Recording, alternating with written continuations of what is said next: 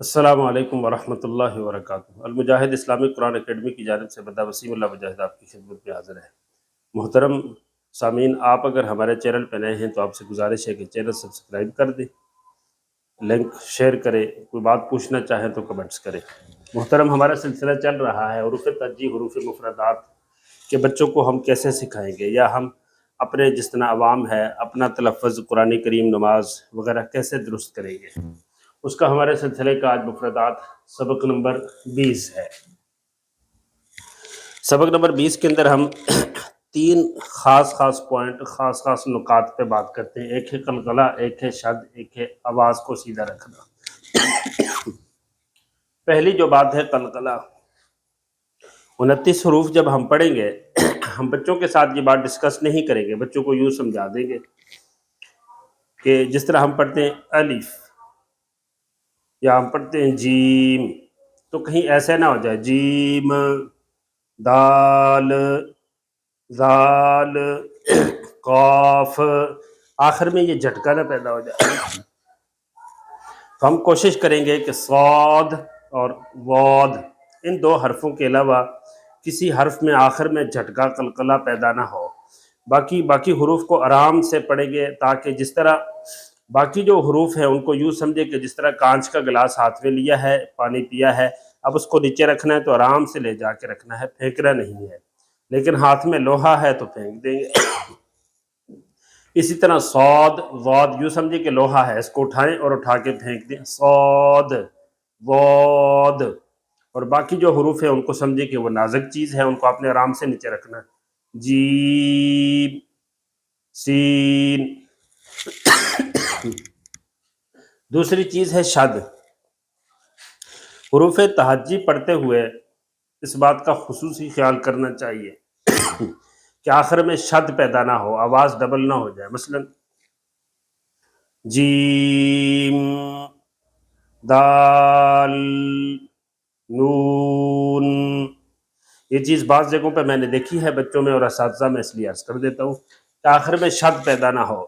کیونکہ جب ہم مثلا یہ دال ہے تو ہم یہ آواز نکالتے ہیں، دال الف مد لام ساکن، دال۔ اب جب ہم اس کو پڑھیں گے دال، تو لام پہ جزم نہیں رہے گی بلکہ شد آ جائے گا، حقیقت میں شد نہیں ہے۔ اسی طرح ہم پڑھتے ہیں دال، تو دال کا سپیلنگ بنے گا ڈی ٹرپل اے ایل، دال۔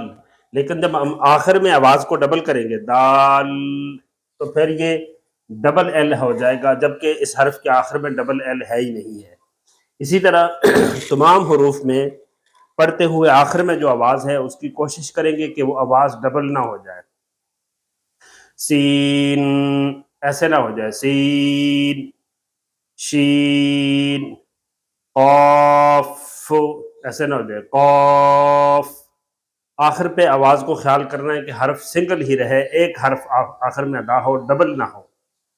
آگے چلتے ہیں، تیسری چیز ہے اور یہ بڑی اہم چیز ہے۔ یہ جو تیسری چیز ہے، اچھے اساتذہ، ماہر اساتذہ جو اچھے قاری ہیں، اچھے پڑھانے والے ہیں، وہ بھی اس سلسلے کے اندر کافی غلطیاں کر جاتے ہیں، ان کے بچے بھی کر جاتے ہیں، اور اس کمزوری کو وہ اس غلطی کو غلطی بھی یعنی نہیں سمجھتے، احساس بھی نہیں ہوتا۔ وہ یہ ہے کہ جب حروف پڑھتے ہیں تو حروف کی جو آواز ہے وہ سیدھی ہو۔ مثلا با، ایسے نہ ہو جائے با۔ یہاں پڑھتے ہیں جیم، تو آواز سیدھی ہو، جیم، ایسے نہ ہو جائے جیم، ایسے نہ ہو۔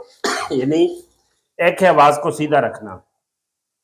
یہ دیکھیں میں نے کھینچا دال، آواز سیدھی ہے۔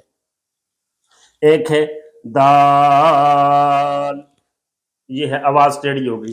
ایک ہے مثلا میں پڑھتا ہوں سین، آپ دیکھ دیں شروع سے لے کے آخر تک آواز ٹیڑھی ہوتی جا رہی ہے، زیر و بم، اونچ نیچ۔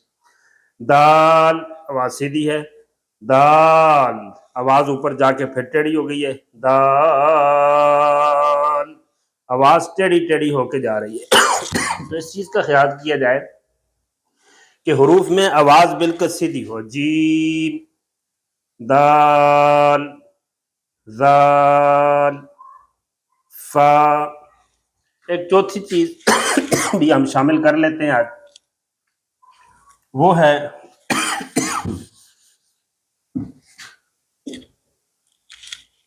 جب ہم بچے کے سامنے حروف پڑھیں تو خود بالکل سنجیدہ ہو جائے، ہر قسم کی حرکات سکنات سے اپنے آپ کو فارغ کر لیں، اور جب بچے کو متوجہ کریں تو بچے کو بھی ہر قسم کی حرکات سکنات سے روک کے اس کو بالکل تیار کر لیں، بالکل یعنی وہ فوکس کرے، متوجہ ہو جائے بات کو سننے سمجھنے کے لیے، پھر اس کو سبق پڑھایا جائے۔ تو یہ بہت ضروری ہے۔ مثلا ایک بچے کو آپ پڑھا رہے ہیں، وہ ادھر ادھر دیکھ رہا ہے، انگلی نہیں رکھی ہوئی جی، اور اس کے کان اور آنکھ اور چہرہ اور اپنے دل دماغ سے متوجہ نہیں ہے، تو وہ چیز اس کو سمجھ نہیں آئے گی۔ قرآن کے اندر تجوید کے اندر صرف استاد کا پڑھا دینا کافی نہیں ہے۔ مثلا استاد نے پڑھا دیا جیم تو بچے نے سن لیا جیم، یہ کافی نہیں ہے، بلکہ بچہ استاد کو دیکھے گا کہ استاد نے اس حرف کے پڑھتے ہوئے کتنا منہ کھولا، کتنا بند رکھا، اس کی حرکات اور سکنات کیا تھی، ہونٹوں کی، زبان کی، گلے کی کیا کیفیت تھی، یہ ہر چیز نوٹ کرنی ضروری ہے۔ مثلا نون، اب دیکھیں نون پڑھتے ہوئے میں نے ہونٹ گول کیے ہیں، لیکن بچہ دیکھے گا استاد کو تو پتہ چلے گا کہ استاد نے ہونٹ گول کیے یا نہیں کیے۔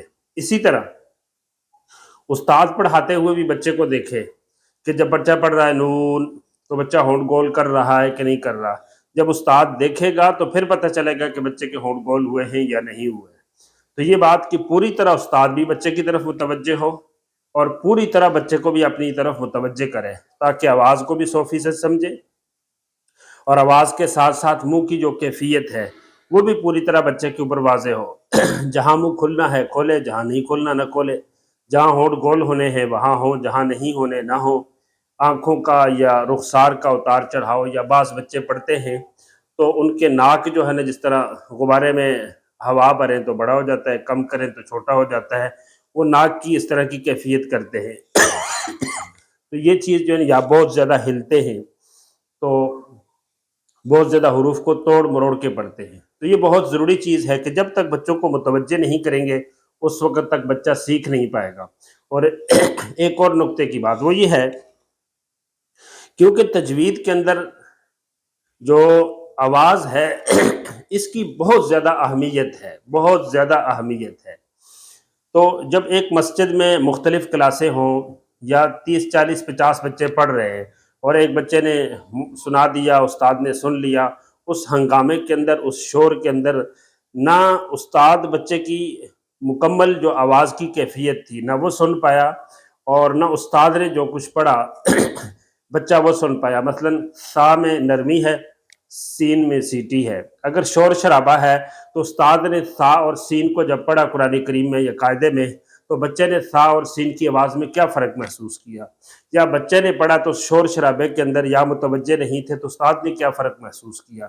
یا ایک لفظ حرف ہے مثلا تو ہے جی، تو بچے نے یا استاد نے تو پہ زبر پڑھا ہے یا تا پہ زبر پڑھا ہے، ایک کی آواز بنتی ہے تا، دوسرے کی بنتی ہے تو یہ جو حروف کی آواز کا فرق ہے، صفات کا، موٹا باریک جی، سخت نرم، یہ تبھی ہو سکتا ہے کہ جب کہ ماحول خاموشی والا ہو جی۔ استاد جب سبق پڑھائے تو پھر مکمل خاموشی ہو، استاد جس کیفیت کے ساتھ، جس انداز کے ساتھ، آواز کے جس اتار چڑھاؤ کے ساتھ استاد پڑھائے، بچے اس چیز کو سمجھیں کہ میرے استاد نے اس بچے کو نرم پڑھا ہے، اس حرف کو نرم پڑھا ہے، اس کو سخت پڑھا ہے، اس کو موٹا پڑھا ہے، اس کو باریک پڑھا ہے۔ اور یہی چیزیں بچہ جب سنائے تو استاد بھی سن پائے، یعنی ماحول بچے یاد کریں تو خوب تسلی سے یاد کریں، اونچی آواز سے یاد کریں، لیکن جب استاد پڑھا رہا ہو یا سن رہا ہو اس وقت جو ماحول ہے وہ بالکل خاموشی والا ہونا چاہیے۔